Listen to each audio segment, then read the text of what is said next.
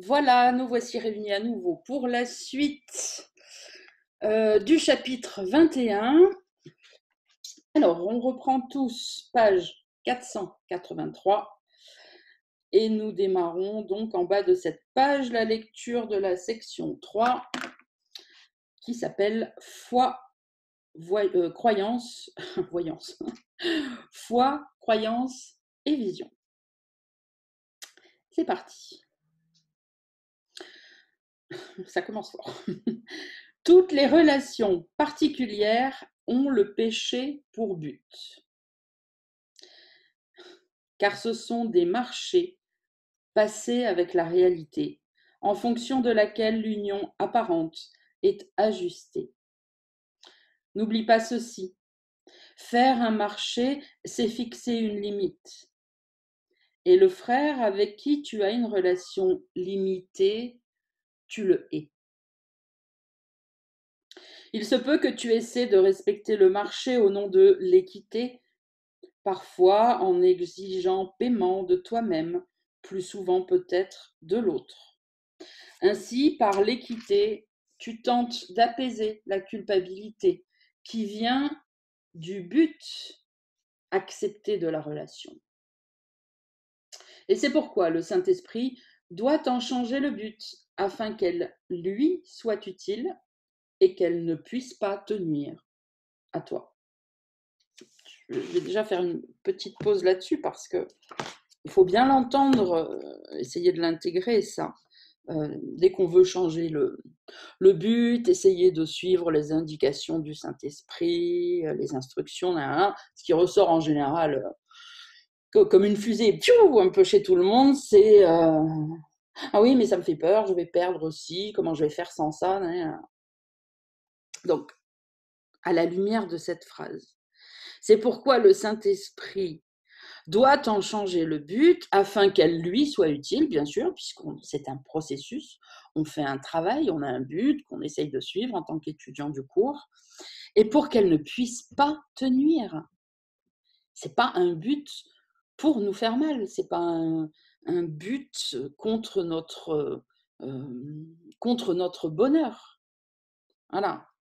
Si ça s'était bien intégré vraiment, quand on reçoit une instruction, quand on donne un but à changer, on n'aurait pas peur que le résultat soit douloureux, en fait. C'est parce que c'est pas bien intégré en profondeur. Mentalement, oui, quand on en parle sur le moment, oui. Mais on voit bien que non, quand on s'en souvient pas mentalement et qu'on veut le faire dans la précipitation, la première chose qui revient, c'est «Oh, mais je dois sacrifier ma relation, je dois sacrifier mon travail, ou je sais pas quoi». Parce que sacrifier, ça veut dire quoi? Je vais perdre quelque chose et je vais être malheureuse. Non, je vais être malheureux. Je relis cette phrase, écoutez-la bien de cette façon-là. Et c'est pourquoi le Saint-Esprit doit en changer le but, afin qu'elle lui soit utile, et j'allais dire, pour qu'elle ne puisse pas te nuire. Vous voyez, on pourrait même le reformuler comme ça. Parce que c'est ça aussi son but, ça lui est utile. Pourquoi? Pour pouvoir t'apporter le bonheur, en fait.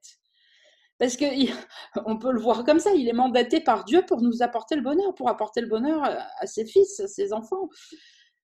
Donc, vous avez toujours l'impression qu'il va venir vous enlever des trucs et vous faire mal en vous disant «Ah bah oui, bah, c'est comme ça, bah, il faut que tu souffres un peu, hein, qu'est-ce que tu crois?» Non, mais ça, c'est ce que l'ego nous explique, essaye de nous faire croire.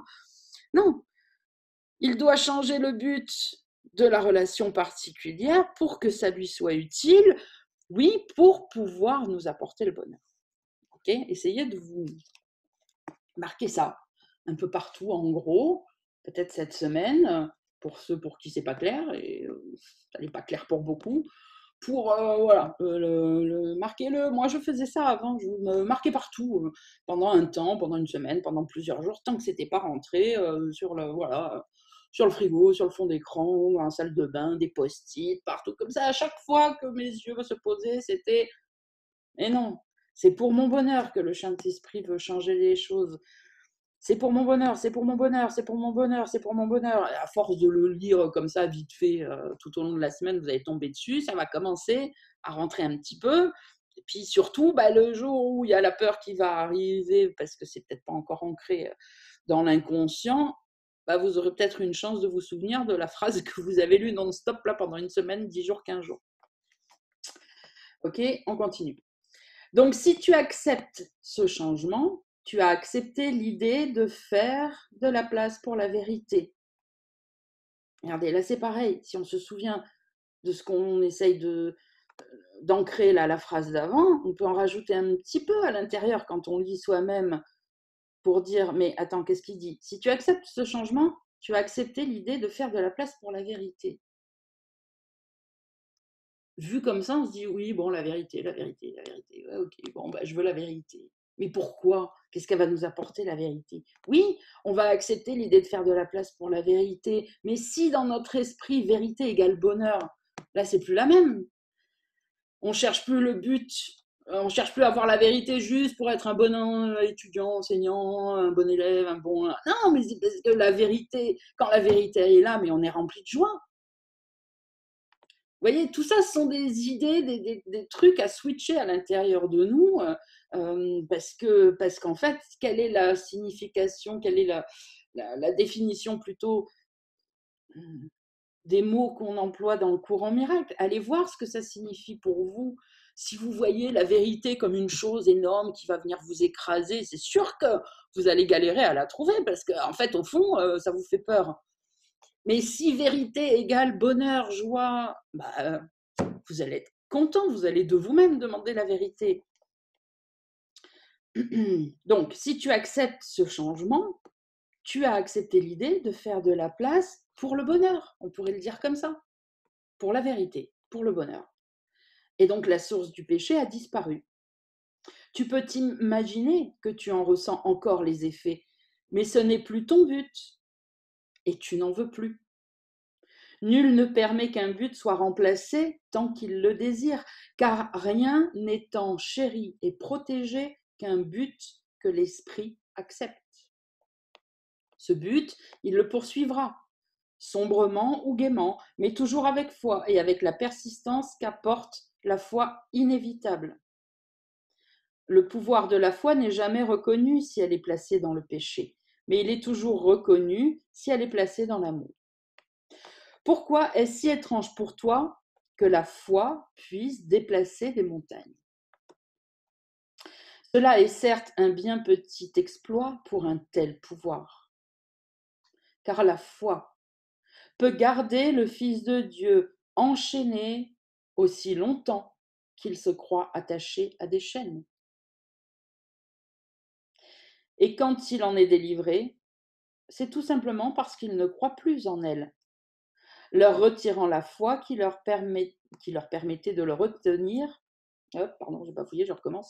Et quand il est délivré, c'est tout simplement parce qu'il ne croit plus en elle, leur retirant la foi qui leur permettait de le retenir et la mettant plutôt dans sa liberté. Il est impossible de mettre une foi égale dans des directions opposées. La foi que tu mets dans le péché, tu l'enlèves à la sainteté. Et ce que tu offres à la sainteté a été enlevé au péché. Là encore une fois, il nous répète que le cours en miracle, c'est tout ou rien. Il n'y a pas de demi-mesure. C'est ou l'un ou l'autre parce que l'un annule l'autre à chaque fois. Foi, croyance et vision sont les moyens par lesquels le but de sainteté est atteint. C'est par elles que le Saint-Esprit te conduit au monde réel, loin de toutes les illusions dans lesquelles ta foi était placée. Juste une petite pause, puisqu'en plus, je viens de l'enregistrer. Oui, je viens de l'enregistrer. C'est la dernière. Donc, c'est parfait, merci. Le monde réel, hein, si vous ne savez pas ce que c'est, parce que souvent, c'est ça, hein, dans le courant miracle, tant qu'on lit, on se dit, on imagine un truc, machin. Si vous ne savez pas ce que c'est, là, au moment où je vous parle, du coup, vous êtes sûrement en train de vous poser la question. Si vous avez un doute, allez écouter la dernière méditation que j'ai enregistrée, mais tout à l'heure, il y a 1 heure que j'ai mis sur Facebook.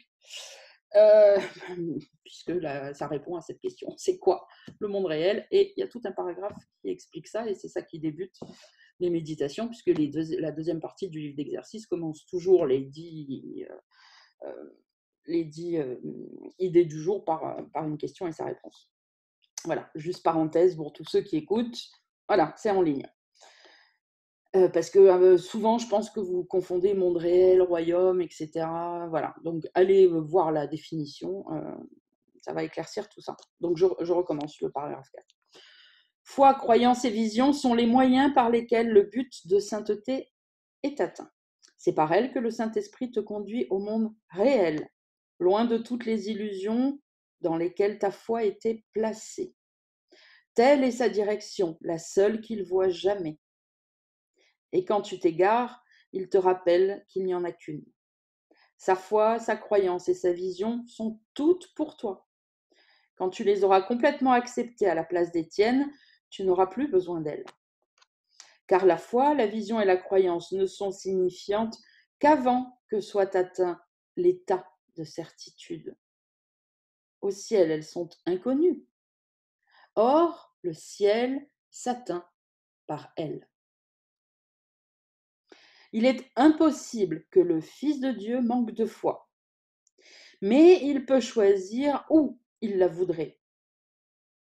L'absence de foi n'est pas un manque de foi, mais une foi en rien, puisque l'ego n'est rien, la séparation n'est rien, en elle-même, la séparation n'est pas réelle, donc c'est rien.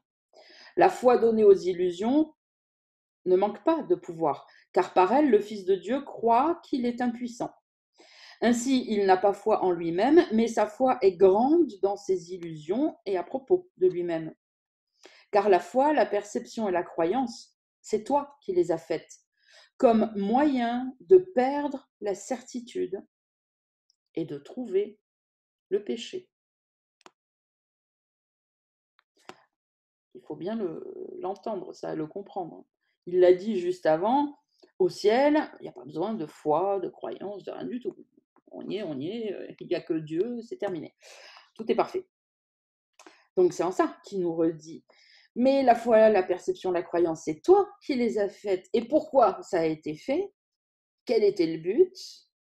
C'était un moyen de perdre la certitude dont on est rempli quand on est au ciel et de trouver le péché. Voilà. Cette folle direction était ton choix.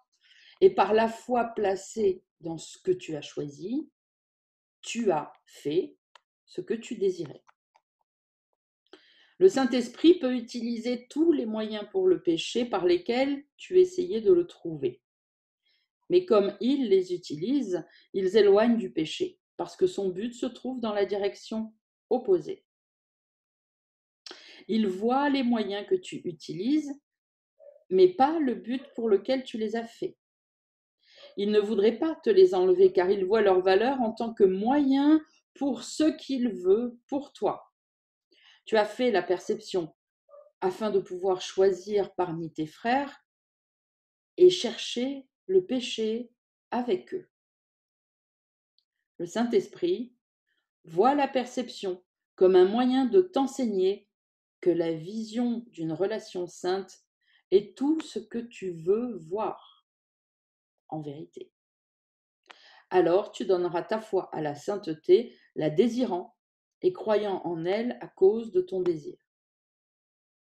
La foi et la croyance sont maintenant reliées à la vision. Et tous les moyens qui servaient au péché sont redirigés vers la sainteté. Car ce que tu penses être péché est l'imitation. Et celui que tu essaies de limiter au corps, tu le hais parce que tu le crains. Par ton refus de lui pardonner, tu voudrais le condamner au corps parce que les moyens pour le péché te sont chers. Ainsi, le corps a ta foi et ta croyance. Mais la sainteté libérerait ton frère, enlevant la haine, en enlevant la peur, non pas comme un symptôme, mais à la source. Ceux qui voudraient libérer leur frère du corps ne peuvent avoir aucune peur. Ils ont renoncé aux moyens pour le péché, la peur, en choisissant de laisser leur limitation leur être enlevée. Comme ils désirent voir leur frère dans la sainteté, le pouvoir de leur croyance et de leur foi voit bien au-delà du corps. soutenant la vision et n'y faisant pas obstacle. Donc je refais peut-être pour, certaines personnes qui, voient cette vidéo, et qui ne font pas la différence entre vue du corps et vision. Ce sont 2 mots différents, ils ne parlent pas de la même chose, hein, parce que sinon du coup on ne comprend plus la phrase. Soutenant la vision, on parle de la vision intérieure. Bien sûr, c'est pas quelque chose qui est vu par les yeux, OK? Et pareil, ce n'est qu'un mot, une vision intérieure. C'est pas forcément, une image seulement intérieure qui vient, ça peut se manifester par un sentiment, une vision, une compréhension, enfin, ça englobe tout ça. La vision intérieure, c'est la vision spirituelle, la vision de la réalité, hein, c'est pas voilà. Il y en a qui voient spontanément, une image, beaucoup, parce qu'on peut pas s'empêcher de penser à quelque chose sans faire une image, mais d'abord, c'est pas seul, ça peut être accompagné d'un voilà, d'un sentiment, d'une compréhension inexplicable et cetera et cetera. D'autres peut-être entendront, quelque chose, mais voilà, il faut bien faire la différence. La vision, en fait, la vision intérieure est tellement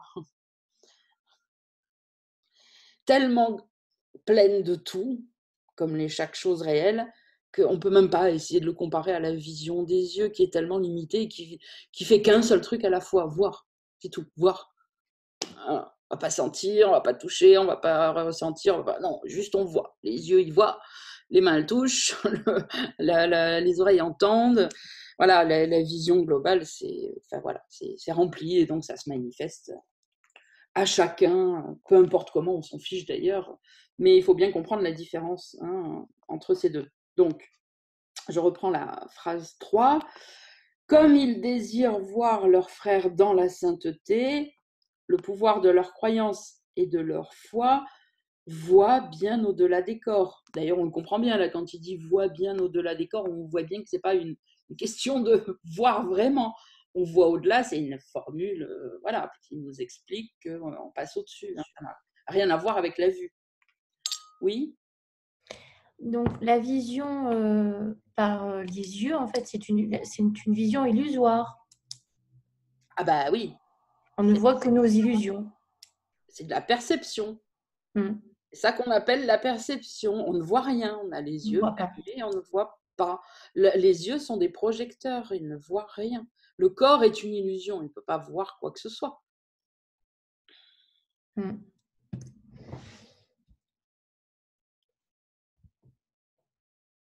C'est clair ou tu as d'autres questions? Non, non, c'est bon. C'est bon? On en a déjà parlé, plusieurs fois, à mon avis, si tu demandes, tu pourras retomber, facilement sur des, j'en sais rien, sur des vidéos, sur des posts peut-être, il en est question souvent parce qu'évidemment c'est quelque chose qu'il faut comprendre et intégrer, à force de répétition. Mais, il est clair que, quand on comprend que le corps est une illusion, il ne fait rien du tout. Hem, que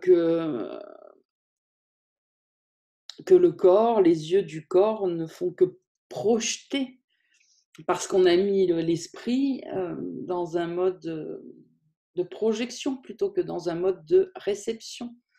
Le pur esprit que nous sommes n'a besoin de rien, il a juste besoin de recevoir les pensées de son créateur, l'amour, etc., etc. Mais tout ça est expliqué aussi très bien dans Avant le commencement, aussi plus en détail. Tu peux trouver voilà, des réponses là-bas. Il y a plein d'endroits, de toute façon, dans le courant miracle, Jésus en reparle toujours. Mais bien sûr que les yeux du corps ne voyaient rien du tout, c'est une projection. C'est tout simple. Les yeux du corps projettent un monde qui a d'abord été cru dans l'esprit, et donc les yeux répondent à l'esprit en disant ok, tu crois que le monde est terrible, que j'en sais rien, que les hommes sont méchants. Voilà, les femmes sont gentilles, les hommes sont méchants. On va prendre ça. Ah ben ok, hop, à tes ordres. C'est toi qui décides, c'est l'esprit qui commande. Et donc, tu vas te retrouver dans un monde où tes yeux vont projeter, où toi tu dis je vois en fait, mais c'est parce que tu sais pas ce qui est en train de se passer, vont projeter que ça, que des images de situations où les hommes, bah, tu as raison, c'est toi qui fabriques tes preuves, où les hommes sont tous des enfoirés, où les nanas sont toutes gentilles. Et tu vas pas le remettre en doute, puisque toi tu vas voir que ça. Ça n'existe peut-être pas dans le monde de quelqu'un d'autre, mais dans le tien, oui.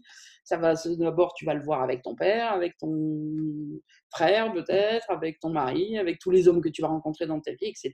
Tu vas voir le même processus puisque tu ne vois que ce que tu crois. Tu décides d'abord, tu projettes après. Ok, c'est bon? Oh, elle a refermé le micro, donc c'est bon. Alors, donc, j'en étais là. Bon, on va reprendre le paragraphe suite, on va le lire d'un trait. Ceux qui voudraient libérer leurs frères du corps ne peuvent avoir aucune peur. Ils ont renoncé aux moyens pour le péché en choisissant de laisser leurs limitations leur être enlevées. Comme ils désirent voir leurs frères dans la sainteté, le pouvoir de leur croyance et de leur foi voit bien au-delà du corps, soutenant la vision et n'y faisant pas obstacle. Mais d'abord, ils ont choisi de reconnaître combien leur foi avait limité leur compréhension du monde, désirant placer son pouvoir ailleurs si un autre point de vue leur était donné. Les miracles qui suivent cette décision naissent aussi de la foi, car la vision est donnée à tous ceux qui choisissent de détourner leur regard du péché, et ils sont conduits à la sainteté. Ceux qui croient dans le péché doivent penser que le Saint-Esprit exige un sacrifice, car c'est ainsi qu'ils pensent que leur but s'est accompli. Frères, le Saint-Esprit connaît que le sacrifice n'apporte rien. Il ne fait pas de marché, et si tu cherches à le limiter, tu le haïras parce que tu as peur. Le don qu'il t'a fait est plus que tout ce qui se trouve de ce côté-ci du ciel. L'instant où tu le reconnais est proche. Joins ta conscience à ce qui a déjà été joint. La foi que tu donnes à ton frère peut accomplir cela, car celui qui aime le monde le voit pour toi. Donc c'est le Saint-Esprit.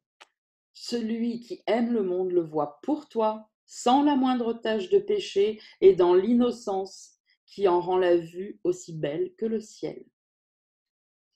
Ta foi dans le sacrifice lui a donné un grand pouvoir à tes yeux, sauf que tu ne te rends pas compte qu'à cause de cela, tu ne peux pas voir. Car le sacrifice doit être exigé d'un corps et par un autre corps. L'esprit ne pourrait ni le demander, ni le recevoir de lui-même, pas plus que le corps. L'intention est dans l'esprit, qui essaie d'utiliser le corps pour mettre en œuvre les moyens pour le péché dans lesquels l'esprit croit. Ainsi, la jonction de l'esprit et du corps est une croyance à laquelle ne peuvent échapper ceux qui estiment le péché. Et ainsi, le sacrifice est invariablement un moyen pour limiter et donc pour haïr.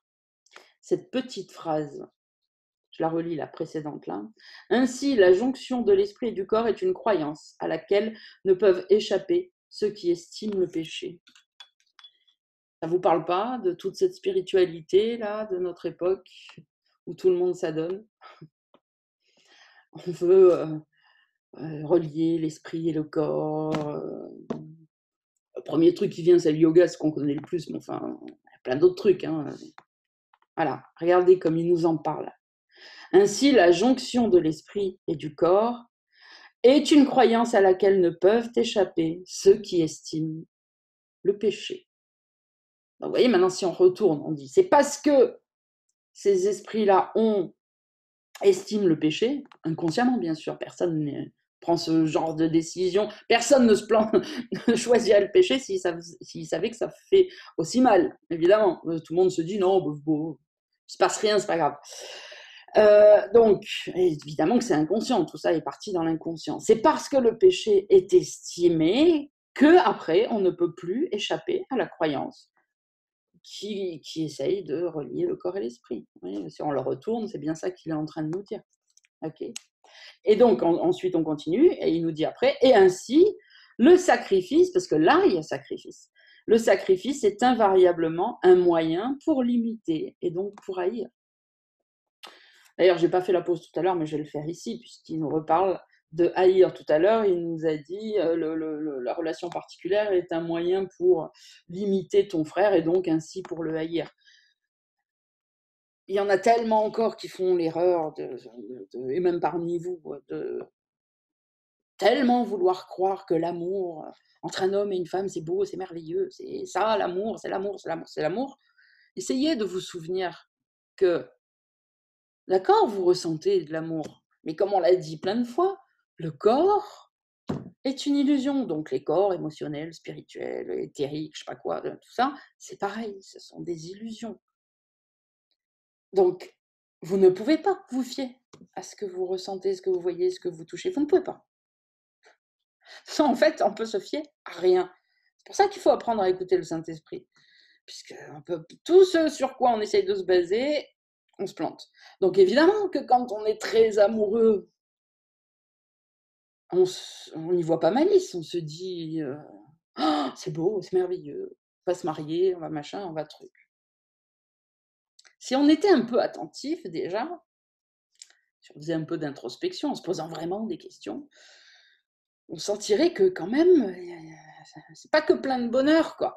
Parce qu'en même temps, quand on ressent ça à un niveau tellement fort, en général c'est au début des relations, même si ça peut durer longtemps, mais voilà, en règle générale pour tout le monde, c'est au début, euh, si on était honnête, on verrait que ça fait un peu mal aussi, parce qu'avec ça, tout de suite viennent les pensées. Oh, et si cette personne n'était plus là? Oh, et si machin? Et si m'appelait pas ce soir? Et si machin? Ça fait mal en fait.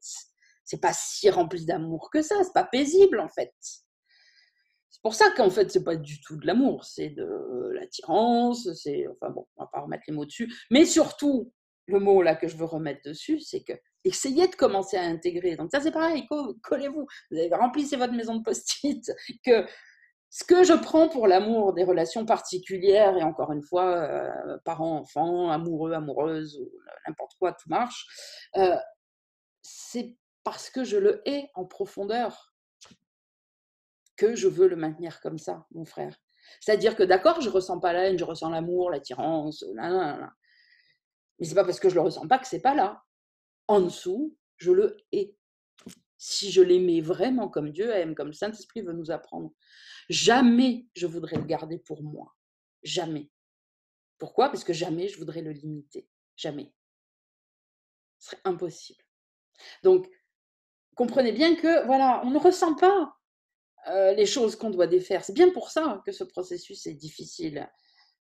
Et que ce qu'on ressent, c'est l'ego qui nous dit oui, c'est bien, ressens ça, c'est très bien, regarde, c'est beau, vas-y, vas-y, parce qu'il ne veut pas être défait. C'est un processus bien plus complexe que ce que nous enseigne voilà, le développement personnel et tutti quanti. On ne le ressent pas. C'est pour ça qu'il faut essayer de le découvrir par 1000 moyens que j'essaye de vous, voilà, de mettre en place sur le groupe, par exemple, et autres.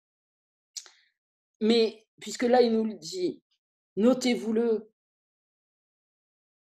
parce que vous en souviendrez les moments où vous allez ressentir dans votre vie, comme ça. Pas au moment où on est en train de lire le courant miracle, évidemment. Mais après, là, dans votre vie de tous les jours, vous allez ressentir de l'amour pour, j'en sais rien, votre copine, votre enfant, votre mari, votre femme, Si vous arrivez à vous souvenir à chaque fois que c'est la haine qu'il y a en dessous, c'est la haine qui a construit le monde, c'est la haine qui veut l'imiter, c'est la haine qui est la cause de tout ça. C'est pas parce que je le ressens pas que c'est pas là. Ça peut commencer à vous donner des prises de conscience, et puis bon, après, c'est un processus, c'est un cheminement, bien sûr. Hein. C'est pas. Voilà, parce que.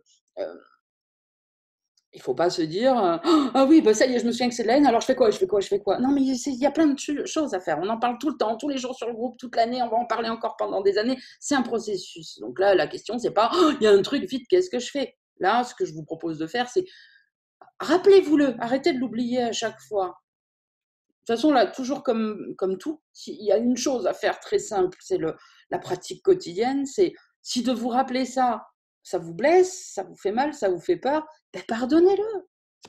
Donnez-le au Saint-Esprit en disant ok, ben non, ce que je ressens, de toute façon, je ne sais pas, je ne comprends rien. De toute façon, est-ce que c'est la paix, l'amour, le bonheur? Non, donc c'est encore une idée de l'ego qui veut venir me donner son explication des trucs, ça ne m'intéresse pas. Donc déjà, je vais le donner, le pardonner, le donner, et je vais passer à autre chose.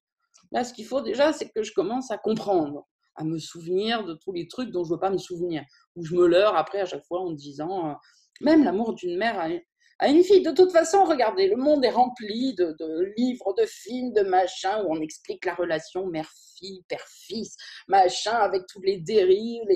Tout le monde essaye d'être la mère parfaite, personne n'y arrive. Tout le monde essaye d'être la fille ou le fils parfait, personne n'y arrive. Enfin, je veux dire, les romans, tout est basé là-dessus. Vous voyez bien que ça coince.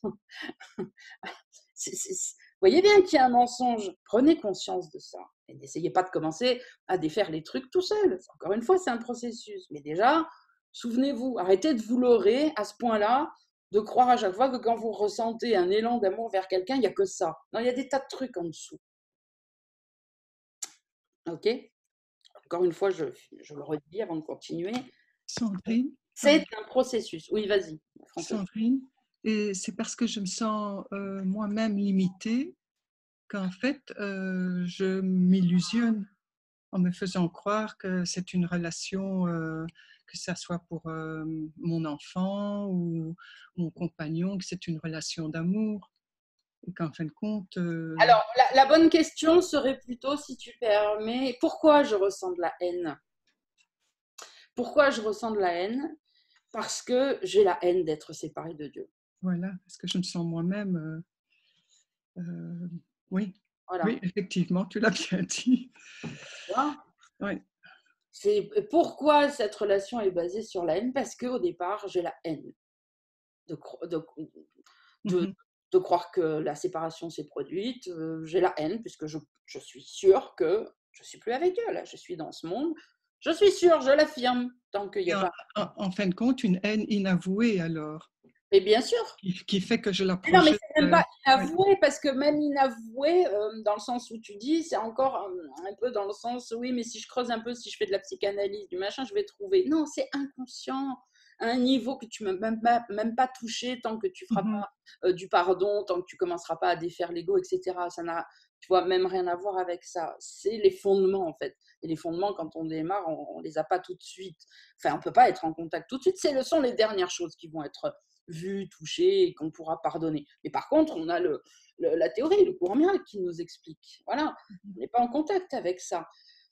Mais quoi qu'on peut être en contact graduellement, parce que quand on veut bien être sincère, véritable, comprendre, faire de l'introspection et qu'on peut demander au Saint-Esprit à toucher les petites bribes de ça auxquelles on est prête, qu'on va pouvoir pardonner. Et je vous dis, ne serait-ce que ça, en surface. Je veux dire, si j'ai été très amoureuse dans ma vie, j'ai été une grande amoureuse, donc je sais exactement de quoi je parle. Hein, je comprends tout à fait toutes ces personnes qui parlent voilà. Depuis toute petite, c'est pareil. Il y avait un truc, je sentais bien qu'il y avait un petit truc qui allait pas, comme un caillou dans la chaussure. Évidemment, en plus, là où j'arrivais peut-être le mieux à le voir, c'était pas toujours dans les relations amoureuses là, qui sont complètement aveuglantes. Non, on peut même pas voir parce qu'on n'a pas envie de voir de toute façon. Mais dans d'autres, avec les amis, tout ça, où c'est un chouïa moins fort quand même, mais ça peut être très fort. Je me dis, putain, mais je ressens de la joie, de l'excitation, enfin voilà, tous les mots qu'on pourrait mettre dessus. J'ai un exemple qui est là en tête, donc je peux vraiment vous en parler, puisque je suis en train de le ressentir. Et en même temps, tu as l'impression que c'est génial, en même temps, ça te fait mal. Il y a un truc, voilà, même si tu n'arrives pas à mettre des mots, si c'est un peu inexplicable, mais non, la joie, la joie, la vraie, la joie, c'est le calme, c'est la paix, tu pourrais t'endormir comme ça, tu n'as plus besoin de rien, quoi. Là, non, c'est pas ça, Et si on fait attention, si on va voir en dessous, il y a déjà plein de « et si » qui viennent à l'intérieur et qui commencent à resserrer un peu ça. Donc, c'est pour ça qu'il ne faut même pas essayer de comprendre, en fait. Hein, merci pour ta question, et voilà, ça peut t'éclairer, mais il va falloir, à un moment donné, se mettre à la pratique, point, quoi. Justement, parce qu'on lit tout ça, parce qu'on comprend tout ça au niveau intellectuel et qu'on est prêt à l'accepter. Après, pour en avoir plus, il va falloir pratiquer. Arrêtez de passer votre vie à vouloir comprendre, psychanalyser, parce que même quand sur le moment vous avez l'impression que ça fait du bien, ah oui, j'ai compris, et le lendemain, à la même heure, ça y est, vous avez fini. C'est oublié, c'est parti, vous êtes dans votre vie, puis après vous revenez sur le groupe, dire, ah, puis il se passe ça, et puis j'arrive pas, et puis je me sens triste, et puis j'ai oublié, et puis la fois où je vous ai proposé à la fin du dimanche, cette semaine, essayer de faire comme si vous étiez Jésus, sérieusement, qui l'a fait pendant 7 jours? Qui s'en est rappelé à toutes les 10 minutes? Personne. Sur le moment, c'est bien, c'est beau, c'est un post en disant, oh oui, Sandrine, merci. Même peut-être 2 heures après, c'est terminé, c'est oublié. Donc, c'est normal. L'ego est un processus d'oubli, machin. Donc, on explique, on lit le cours en miracle, tout ça, c'est très bien, mais pour apprendre à pratiquer, bon sang. Pratiquer, point. C'est comme ça que la mémoire va revenir. C'est comme ça qu'on va défaire l'ego. C'est comme ça qu'on va commencer à donner notre petit désir au Saint-Esprit de plus rien décider par soi-même et de bien vouloir recevoir des instructions, etc., etc. Il y a un temps pour comprendre, mais pas pour comprendre en soi, pour comprendre quel est le problème et pour après comprendre c'est quoi la solution, il nous le dit. Oui, il faut comprendre que Jésus nous dit pardonne. Donc après, c'est bon, ça suffit. C'est ok, j'ai compris qu'il y avait un problème, il m'explique parce que voilà, tous les trucs que je sais pas. Et puis après, il me dit il n'y a qu'une seule solution, c'est le pardon. Alors après, plutôt que d'essayer de faire de la psychanalyse, c'est plutôt essayer de comprendre comment on fait le vrai pardon. Et plutôt essayer aussi de dire comment je vais faire pour entraîner mon esprit au quotidien. Toutes ces choses. Voilà. Est-ce que ça a quand même répondu à ta question, même si à la fin je suis partie ailleurs, Françoise? Oui, j'ai pris le ailleurs avec. Bon, très bien. Allez, on continue. Donc j'en étais là. Oui. Oui, bah donc je vais relire la dernière phrase, la 6, et on va enchaîner. Donc, ainsi, la jonction de l'esprit et du corps est une croyance à laquelle ne peuvent échapper ceux qui estiment le péché, et ainsi le sacrifice est invariablement un moyen pour limiter et donc pour haïr. Penses-tu que le Saint-Esprit se soucie de cela? Il ne donne pas ce dont il a pour but de t'éloigner. Tu penses qu'il voudrait te priver pour ton bien. Ben voilà, on est en plein dans le thème. Mais bien et privation sont des opposés qui ne peuvent se joindre en aucune façon de manière signifiante. C'est comme dire que la lune et le soleil ne font qu'un parce qu'ils viennent avec la nuit et le jour et qu'ils doivent donc être joints. Or, la vue de l'un est signe simplement que l'autre a disparu de la vue.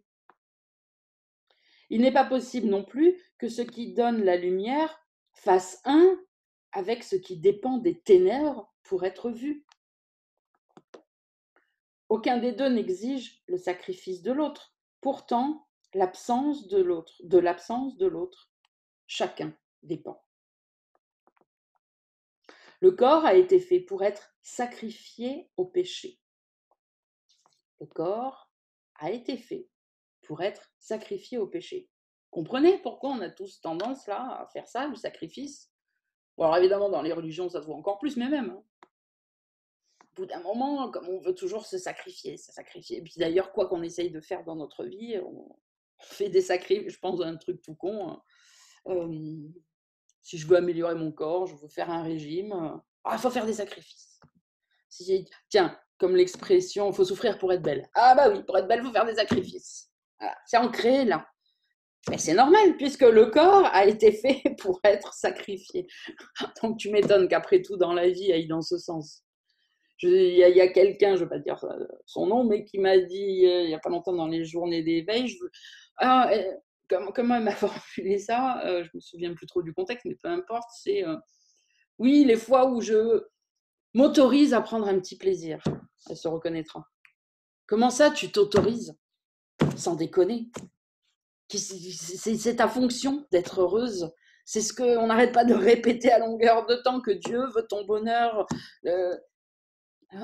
S'il vous plaît, madame, je peux m'autoriser un petit bout de chocolat, s'il vous plaît, un petit plaisir de temps en temps, s'il vous plaît. Vous voyez, tout ça, évidemment, on en plaisante, c'est pas pour se moquer, mais pour voir. Mais regardez ce qui est ancré là-dessous. Et donc, l'explication, elle est là, dans ce début de phrase que je n'ai même pas fini de lire déjà. Le corps a été fait pour être sacrifié au péché. Et dans les ténèbres, c'est encore ainsi qu'il est vu. Et les ténèbres, c'est là, maintenant, c'est nous, c'est notre monde, où on croit voir des trucs, où on a juste les yeux fermés. Voilà. Et dans les ténèbres, c'est encore ainsi qu'il est vu. Bah ouais, évidemment qu'automatiquement, après, on essaye de sacrifier. De toute façon, on veut toujours tout sacrifier. Une mère va vouloir se sacrifier pour ses enfants, une femme peut-être pour son mari, ou inversement, enfin peu importe. Voilà, on veut sacrifier ceci pour être belle, on veut sacrifier cela pour être mince, on veut sacrifier. On ne parle que de ça.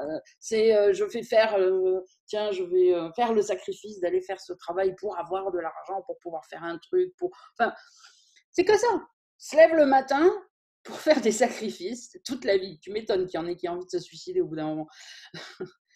Et après, les gens tiennent à cette vie en disant elle est belle, elle est merveilleuse, parce que de temps en temps, ils ont 3 miettes. Mais prenez conscience que ça ne peut pas être ça.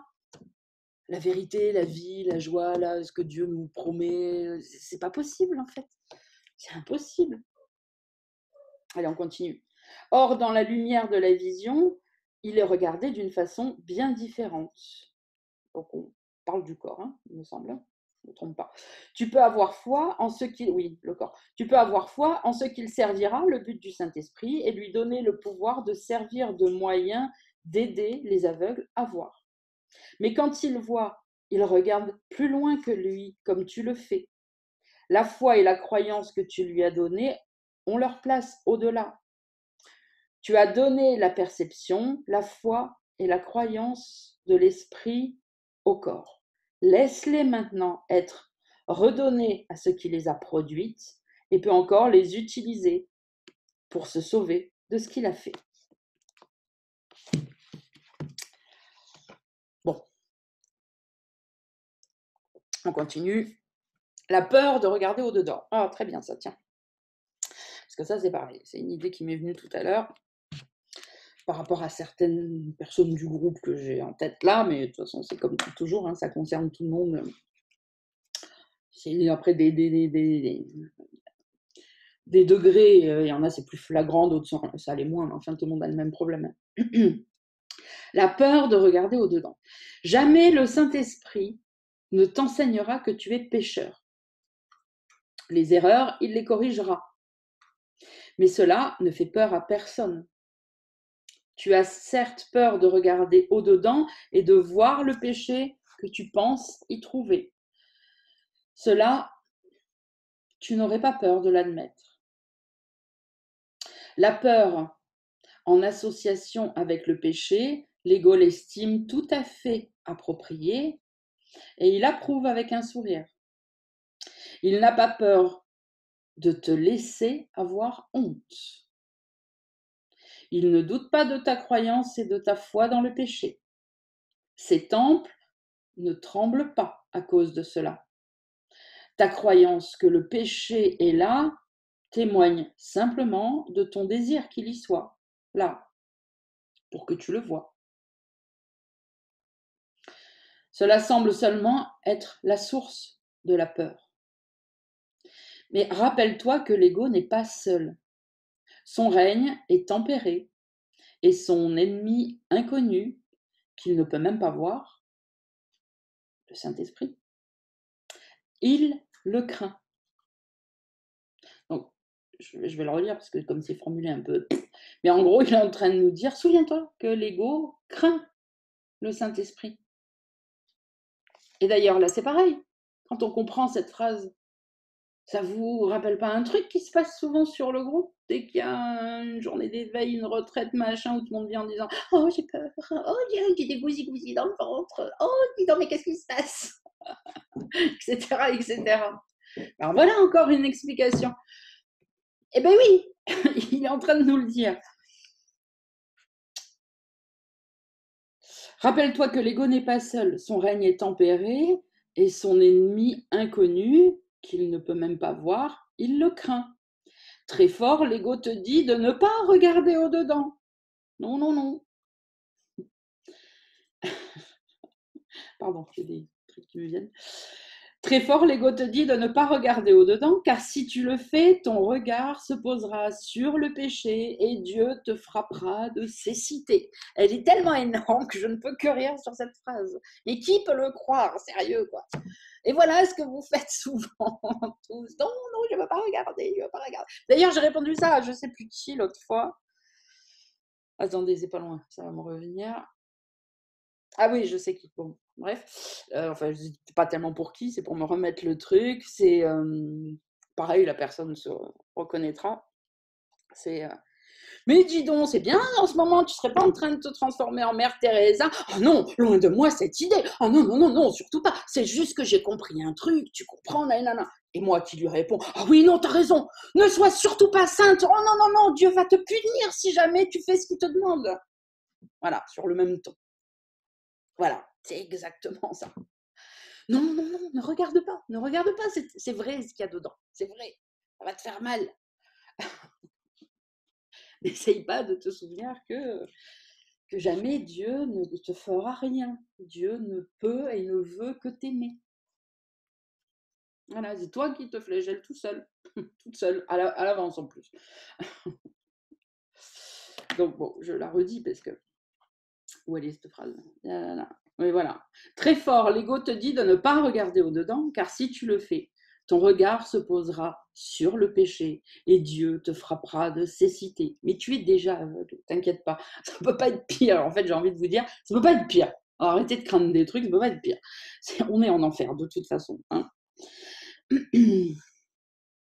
Et donc, tu crois cela et ainsi tu ne regardes pas. Or, cela n'est pas la peur cachée de l'ego ni la tienne. Attends. Or, cela n'est pas la peur cachée de l'ego, ni la tienne, toi qui le sers. Oui, toi qui sers l'ego. Très fort, certes, l'ego clame que ça l'est, trop fort et trop souvent. Car sous ses cris incessants et ses proclamations frénétiques, l'ego n'est pas certain qu'il en soit ainsi. C'est pour ça qu'il crie. Ça vous rappelle pas aussi un truc dans le monde ?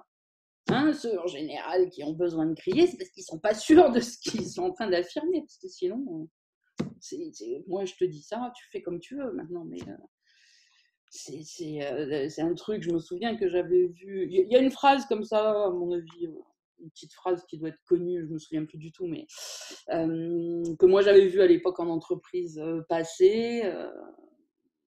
Justement faisant référence au patron en général, le patron qui crie bien fort parce qu'il ne sait pas où il veut aller, il ne sait pas se faire respecter, il ne sait pas se faire entendre.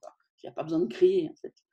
Puis surtout quand voilà, tu es sûr de ton truc, tu affirmes les choses, ceux qui suivent, c'est bien, ceux qui ne suivent pas, bah, de toute façon, voilà, il n'y a pas besoin d'essayer de crier, puisque crier, c'est pour essayer de convaincre, a priori les autres, mais d'abord soi, en fait. Quand on est sûr, on dit les choses, point. Et donc là, on revient à l'ego. Hein. Et oui, oui, très fort, certes, l'ego clame que ça l'est, trop fort et trop souvent, car sous ses cris incessants et ses proclamations frénétiques, l'ego n'est pas certain qu'il en soit ainsi. Donc que le péché soit vraiment vrai et que Dieu va venir te frapper de cécité, etc., etc. Et toi non plus, tu ne devrais pas en être certain à force. Tu devrais te souvenir que non. Voilà. Et c'est aussi pour ça qu'on dit l'ego parle toujours en premier. Ben oui, ben c'est pareil, on peut le regarder dans le monde. Quand on a une conversation à plusieurs, celui qui prend toujours la parole en premier, qui veut remplir les blancs, en général déjà c'est parce qu'il a peur du vide, il faut absolument qu'il dise quelque chose, et puis qu'il va parler d'abord. Enfin, je veux dire, vous pouvez regarder, le monde est symbolique, on voit toutes ces choses-là, elles sont facilement compréhensibles quand on regarde la vie, les choses, comment elles se passent tout simplement, quoi. Et bien sûr qu'il parle toujours en premier, vite, vite, vite, pour essayer de te convaincre. Le Saint-Esprit, il a tout le temps, il sait que c'est pas réel. Le Saint-Esprit, il attend que tu veuilles bien l'écouter. De toute façon, c'est pas réel, donc tout va bien. Bah, le jour où tu voudras, je te le dirai calmement. T'inquiète pas, tout va bien. Détends-toi. Je peux reprendre l'exemple de l'araignée, quoi, que je prends à chaque fois, je vais en faire sûrement des milliards de fois encore, mais quand si vous rentrez dans une pièce, qu'il y a une araignée, voilà, vous voyez l'araignée. Et puis on va rajouter cette fois dans cette scène qu'il y a, j'en sais rien, votre meilleure copine qui est assise sur le canapé. Donc vous, sur le moment, vous ouvrez la porte, vous voyez un truc, l'esprit va vite. Bah oui, évidemment, l'ego parle toujours en premier, comme on le dit. Oh, hein, hein, parce que ça y est, c'est l'arrivée, c'est machin, qu'est-ce que je vais faire au secours, là, là, là. C'est ça, hein, ça va à cette vitesse-là. Hein. La meuf là qui est assise sur le canapé, la copine ou la mère, ou qui vous voulez, elle n'est pas en train de paniquer. Elle sait que c'est du plastique, ça fait une demi-heure qu'elle est dans la pièce et que c'est bon, elle le sait. Donc elle ne va pas venir se jeter sur vous en disant je sais pas quoi. Ou même en disant mais non, n'aie pas peur en se jetant. Non, elle risque plutôt de rigoler sur le canapé détendu. Tout va bien. Mais t'as pas vu, c'est du plastique. Voilà. Donc le Saint-Esprit, c'est pareil, il va pas s'exciter pour se jeter sur vous en disant attention, attention. Non, c'est l'ego qui fait ça. Et éventuellement, s'il y a un petit neveu qui est là, qui s'amuse de la situation et qui veut vous faire peur, lui, oui, va venir en disant attention, attention, il y a une araignée pour en rajouter une couche. Mais l'adulte qui est là, tranquille, et qui connaît la vérité, et puis au moment où vous allez la regarder, déjà que vous allez voir son sourire, ça va vous détendre, et puis après, il va vous dire mais non, c'était pas vrai, c'est du plastique, tout va bien, détends-toi. Je n'avais pas besoin de venir à ton secours, puisque je savais que ce n'était pas vrai. Ok. Alors, je n'ai pas fini ce paragraphe, donc je reprends, me semble. Hein. Bon.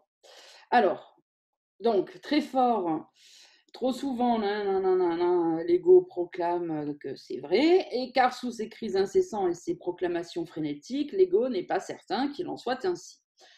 Sous ta peur à toi de regarder au-dedans à cause du péché, il y a encore une autre peur, une peur qui fait trembler l'ego.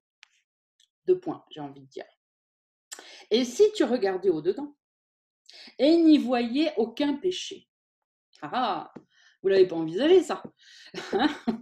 Quand vous êtes en train de pleurer, dire marquez-vous-le, pareil, remplissez vos miroirs, vos murs, vos fonds d'écran. Et s'il n'y avait pas de péché, dis donc, mais j'ai même pas pensé à ça en fait. Oui, peut-être. Alors, si on veut regarder quelque chose pour se questionner, il faut donner toutes les réponses plausibles. Et s'il n'y avait pas de péché? Alors, souvenez-vous, la phrase d'avant, il dit c'est de ça qu'il a peur, l'ego. Cette question apeurante, l'ego ne la pose jamais, bien sûr. Et non, et comme vous écoutez l'ego, dans ces moments-là en tout cas, hein, à plein pot, ça, c'est même pas une pensée qui peut vous venir. Et s'il n'y avait pas de péché? Non, puisque c'est l'ego qui est en train de vous dire blablabla, comme le petit neveu là, qui veut rigoler parce que vous avez peur d'une araignée en plastique. Il veut continuer à vous faire croire qu'elle est réelle. Et qui papillonne autour, et qui vous crie, et qui vous machin, et qui vous... Et peut-être il s'arrêtera quand vous serez tombé dans les pommes, mais pas avant. Donc, et si tu regardais au-dedans et n'y voyais aucun péché? Cette question apeurante, l'ego ne la pose jamais. Et toi, qui la poses maintenant, tu menaces trop sérieusement tout le système de défense de l'ego pour qu'il se donne encore la peine de prétendre être ton ami. Ceux qui se sont joints à leurs frères se sont détachés de la croyance que leur identité réside dans l'ego. Une relation sainte est une relation dans laquelle tu te joins à ce qui fait partie de toi, en vérité. Et ta croyance dans le péché a déjà été ébranlée. Et maintenant, tu n'es pas non plus entièrement indésireux de regarder au-dedans et de ne pas le voir. Et non, bien sûr, puisque même pour ceux qui n'arrivent pas à le faire constamment, il y a quand même des fois où vous le faites, bien sûr. Ta libération n'est encore que partielle, elle est encore limitée et incomplète, mais elle est née en toi. N'étant pas entièrement fou, tu as été désireux de considérer une bonne partie de ton insanité et d'en reconnaître la folie. Et si ça n'avait pas été clair pour tout le monde, c'est exactement ce que je fais quand je vous mets en scène les trucs et que je rigole et que je me moque. C'est exactement ça. Et si on reconsidérait l'insanité et si on en reconnaissait la folie? Ta foi se déplace vers l'intérieur, passer l'insanité et vers la raison. Et ce que ta raison te dit maintenant, l'ego ne voudrait pas l'entendre. Le but du Saint-Esprit a été accepté par la partie de ton esprit dont l'ego ne sait rien. Pas plus que tu ne la connaissais. Et pourtant, cette partie avec laquelle tu t'identifies maintenant n'a pas peur de se regarder elle-même. Elle ne connaît pas le péché. Comment, autrement, aurait-elle pu être désireuse de voir comme sien le but du Saint-Esprit? Cette partie a vu ton frère et l'a parfaitement reconnu depuis le commencement du temps. Et elle ne désirait rien que de se joindre à lui et d'être libre à nouveau, comme elle le fut jadis. Elle attendait que naisse la liberté, que vienne à toi l'acceptation de la délivrance. Et maintenant, tu reconnais que ce n'était pas l'ego qui s'était joint au but du Saint-Esprit et qu'il doit donc y avoir autre chose. Ne pense pas que ce soit folie, car cela, c'est ta raison qui le dit. Et cela s'ensuit parfaitement de ce que tu as déjà appris. Il n'y a aucune incohérence dans ce qu'enseigne le Saint-Esprit. Ainsi raisonnent ceux qui sont saints d'esprit. Tu as perçu la folie de l'ego et tu n'as pas pris peur parce que tu n'as pas choisi de la partager. Par moments, il te trompe encore. Or, dans tes moments plus sains, ces vociférations ne remplissent plus ton cœur de terreur. Car tu t'es rendu compte que tous les dons qu'il t'enlèverait, rendus furieux par ton désir présomptueux de regarder au-dedans, tu n'en veux pas. Il reste bien quelques breloques qui semblent encore briller et attirer ton regard. Or, tu ne vendrais pas le ciel pour les avoir. Et maintenant, l'ego a peur. La peur a changé de camp. Or, ce qui entend avec terreur, l'autre partie l'entend comme la plus douce des musiques. C'est le chant qu'elle languissait d'entendre depuis l'instant que l'ego est entré dans ton esprit. La faiblesse de l'ego et sa force. Le chant de liberté qui chante les louanges d'un autre monde lui apporte un espoir de paix.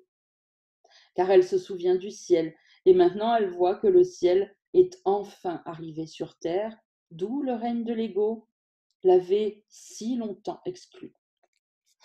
Le ciel est venu parce qu'il a trouvé une demeure dans ta relation sur terre. Le ciel est venu parce qu'il a trouvé une demeure dans ta relation sur terre. Cette demeure ne peut être que dans l'esprit. Va falloir faire de la place dans l'esprit, vouloir, tout ce qu'il a dit avant, créer une relation sainte, blabla, on vient de le lire et de l'expliquer. Mais là, ce qu'il faut comprendre, c'est ça, parce qu'évidemment, ça a l'air abstrait comme ça quand on le lit, mais le ciel est venu car il a trouvé une demeure dans ta relation sur terre. Comme de toute façon, on est un, si je fais de la place dans mon esprit pour accueillir mon frère, on y est là, tous les deux. Et là, il y a de la place. Et là, le ciel peut venir. Regarde ton frère avec douceur. Et souviens-toi que la faiblesse de l'ego est révélée aux yeux des deux. Ce que l'ego voulait garder à part s'est rencontré et joint. Et regarde l'ego sans peur. Petit enfant, innocent du péché, suis dans la joie la voie vers la certitude. Ne laisse pas la peur te retenir par sa folle insistance à prétendre que la sûreté réside dans le doute. Cela n'a pas de signification. Que t'importe avec quelle force cela est proclamé? L'insensé n'est pas rendu signifiant par la répétition et les clameurs. En gros, il nous dit, c'est pas parce qu'on répète 1000 fois un mensonge qui devient vrai. La voie paisible est ouverte. Suis-la avec joie et ne doute pas de ce qui doit être.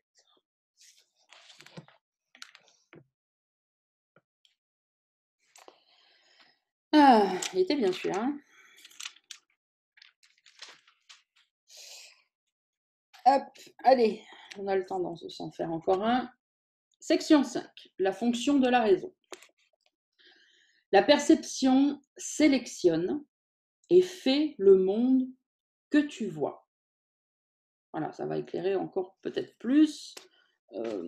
C'est Hélène tout à l'heure qui a posé la question, mais enfin, toutes les personnes qui avaient la même question que Hélène en tête. La perception sélectionne et fait le monde que tu vois. Elle le choisit littéralement selon les directives de l'esprit. C'est bien l'esprit qui dicte. Les lois tiendraient peut-être de taille, de forme et de clarté si toutes choses étaient égales par ailleurs. Elles ne sont pas égales, car les chances sont bien plus grandes que tu découvres ce que tu cherches plutôt que ce sur quoi tu préfères passer.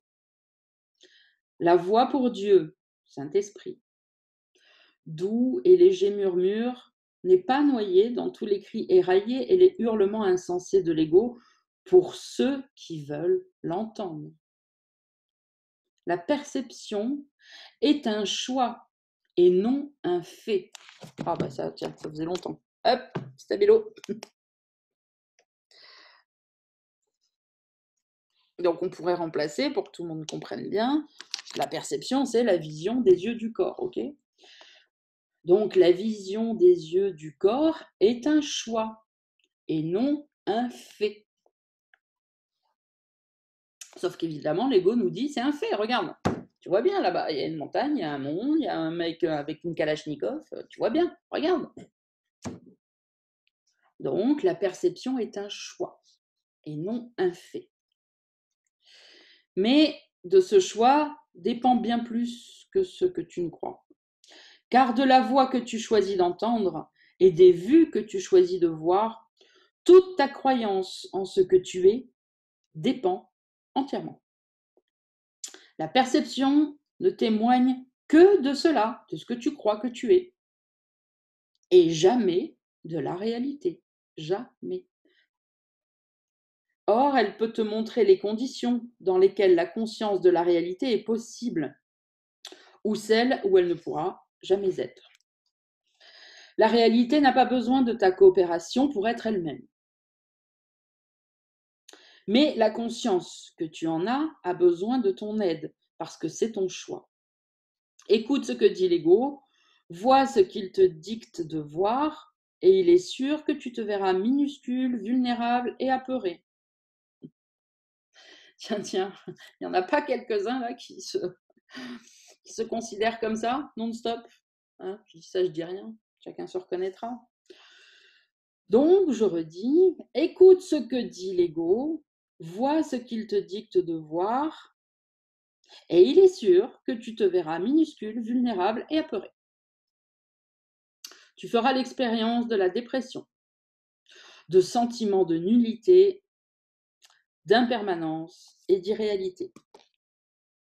Tu croiras que tu es la proie impuissante de forces qui sont bien au-delà de ton contrôle et bien plus puissantes que toi. Et tu penseras que le monde que tu as fait dirige ta destinée. Car telle sera ta foi. Mais ne crois jamais que parce que c'est ta foi, c'est ce qui fait la réalité.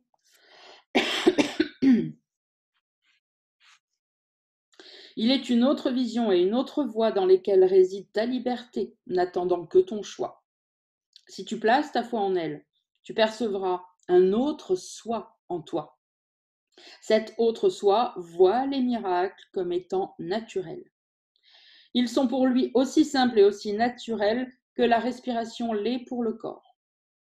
Ils sont la réponse évidente aux appels à l'aide et la seule qu'ils donnent. Les miracles semblent contre nature à l'ego, parce qu'il ne comprend pas comment des esprits séparés peuvent s'influencer les uns les autres. D'ailleurs, ils ne le pourraient pas. Mais les esprits ne peuvent pas être séparés. Cet autre soi en est parfaitement conscient. Ainsi, il reconnaît que les miracles n'affectent pas l'esprit d'un autre, mais seulement le sien.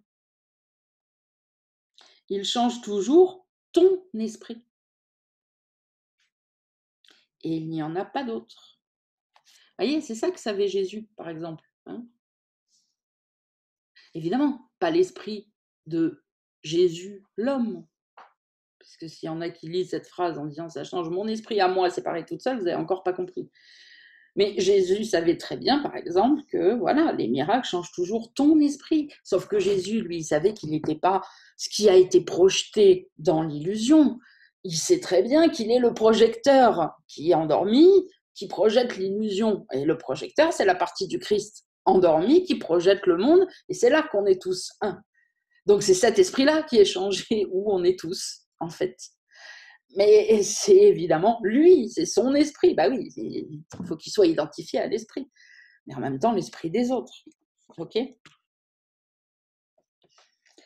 Donc les miracles changent toujours ton esprit. Il n'y en a pas d'autre. Il n'y a qu'un seul esprit. Tu ne te rends pas compte à quel point l'idée de séparation a interféré avec la raison. La raison réside dans l'autre soi que tu as coupé de ta conscience. Oui, que tu as coupé de ta conscience. Et rien de ce à quoi tu as permis de rester dans ta conscience n'est capable de raison. Comment le segment de l'esprit qui est dénué de raison peut-il comprendre ce qu'est la raison ou saisir l'information qu'elle lui donnerait ? Toutes sortes de questions peuvent surgir en lui, mais si la question fondamentale procède de la raison, il ne la posera pas. Comme tout ce qui procède de la raison, la question fondamentale est évidente, simple, mais n'est jamais posée. Mais ne pense pas que la raison ne saurait y répondre. Le plan de Dieu pour ton salut n'aurait pas pu être établi sans ta volonté et ton consentement.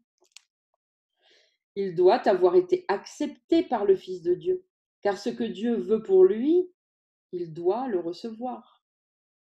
Car Dieu ne veut pas à part de lui, pas plus que la volonté de Dieu n'attend après le temps pour s'accomplir. Par conséquent, ce qui s'est joint à la volonté de Dieu doit être en toi maintenant, étant éternel. Tu dois avoir réservé une place où le Saint-Esprit peut demeurer et où il est. Il doit y avoir été depuis que le besoin de lui a surgi et qui a été comblé au même instant. C'est ce que ta raison te dirait si tu l'écoutais. Or, il est clair que tel n'est pas le raisonnement de l'ego. La nature de ta raison, qui est étrangère à l'ego, est la preuve que tu ne trouveras pas la réponse là. Or, si c'est ainsi, elle doit exister. Et si elle existe pour toi et qu'elle a ta liberté pour but donné, tu dois être libre de la trouver.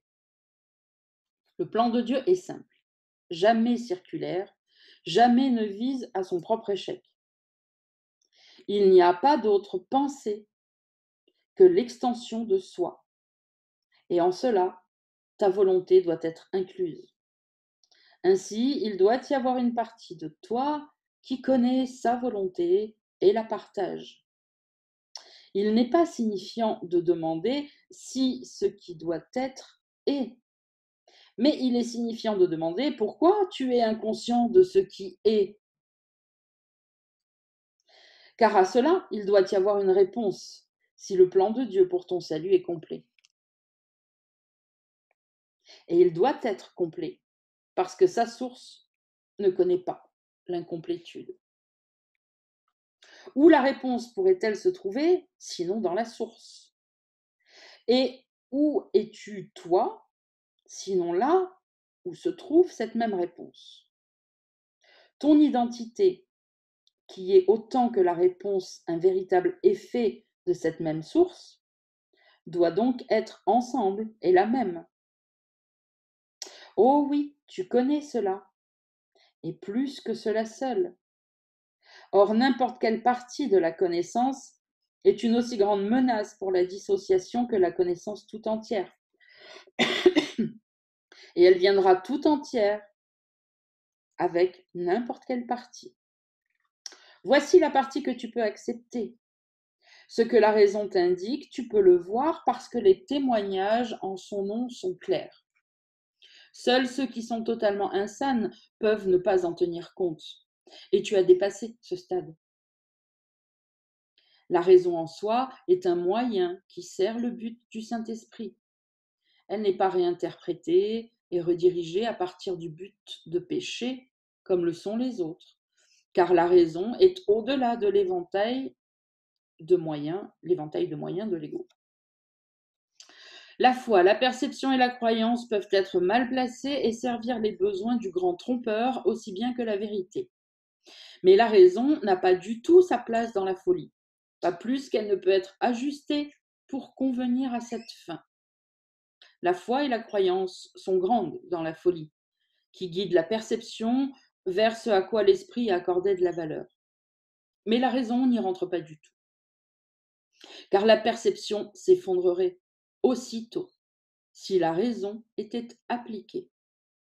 Il n'y a pas de raison dans l'insanité, car elle dépend entièrement de l'absence de raison. L'ego ne l'utilise jamais parce qu'il ne se rend pas compte qu'elle existe. Ceux qui sont partiellement insanes y ont accès et ils sont les seuls à en avoir besoin. La connaissance ne dépend pas d'elle et la folie l'exclut.